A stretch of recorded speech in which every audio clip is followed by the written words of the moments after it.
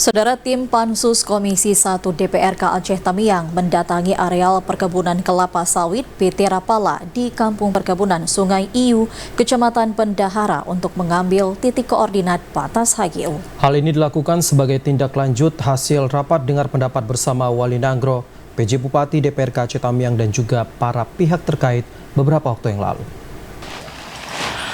Tim Pansus Komisi 1 DPRK Aceh Tamiang mendatangi areal perkebunan kelapa sawit PT Rapala di Kampung Perkebunan Sungai Iyu, Kecamatan Bendahara untuk mengambil titik koordinat batas HGU.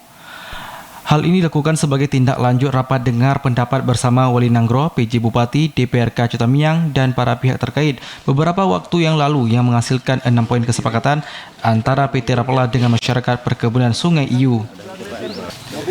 Ketua DPRK Aceh Tamiang Supriyanto mengingatkan bahwa apa yang telah menjadi kesepakatan bersama harus dijunjung tinggi, dipatuhi dan diikuti untuk dijalankan secara bersama-sama. Supriyanto mengatakan dalam penyelesaiannya jangan ada para pihak yang saling dirugikan, terutama pihak perusahaan yang harus memberikan penyelesaian yang bijaksana agar masyarakat bisa menerima dengan sikap terbuka dan lapang dada. Supriyanto mengatakan konflik berkepanjangan antara masyarakat perkebunan Sungai Iyu dengan PT Rapala sudah mencapai kata sepakat dalam rapat dengar pendapat yang dihadiri eksekutif dan legislatif serta Wali Nanggro beberapa waktu lalu.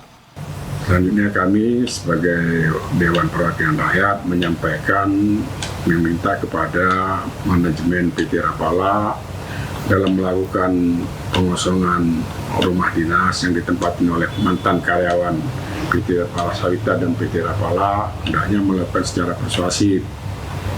Jangan sampai terjadi hal-hal yang tidak diinginkan. Ini permohonan dari kami satu.